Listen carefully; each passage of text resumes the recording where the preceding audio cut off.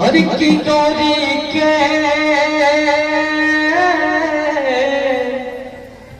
हरि की ललनवा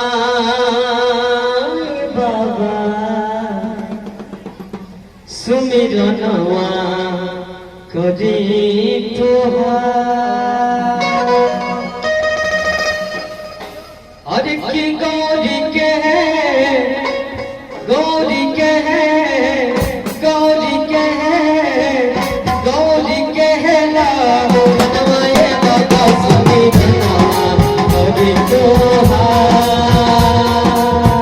गौरी के गौरी के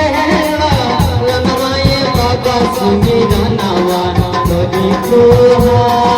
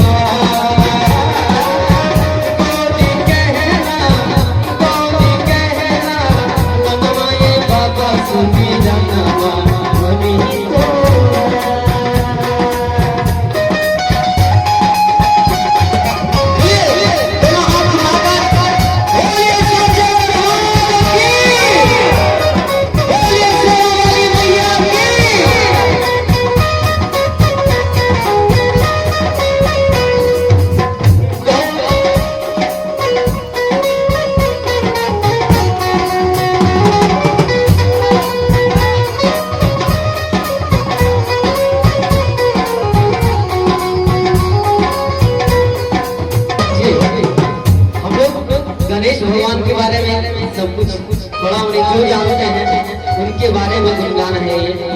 और ये सब जानते हैं कि शंकर भगवान और पार्वती जी की भी बेटा है। तो चलिए हर की माता जा की पार्वती